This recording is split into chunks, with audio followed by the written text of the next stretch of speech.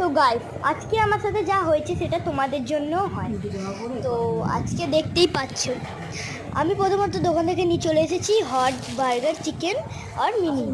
তো এটাকে আমি প্যাকেট থেকে খুলছি আনবক্সিং করার জন্য। খুলে দেখছি এর মধ্যে মানে এক্ষুনি দেখলেই খেতে ইচ্ছে করছে। এটাকে দেখে কী বলো চিকেন হট ডগ, আর এটাকে বলো মিনি বার্গার। এটা সসও দিয়েছে এর সাথে। সসটা ঢালার সময় আমার কী হলো দেখো, পুরো বিছানা ভরে গেছে সসে। আমি এখন খাই। তোমরা আরও মিনি ব্লগস দেখার জন্য সাবস্ক্রাইব করো।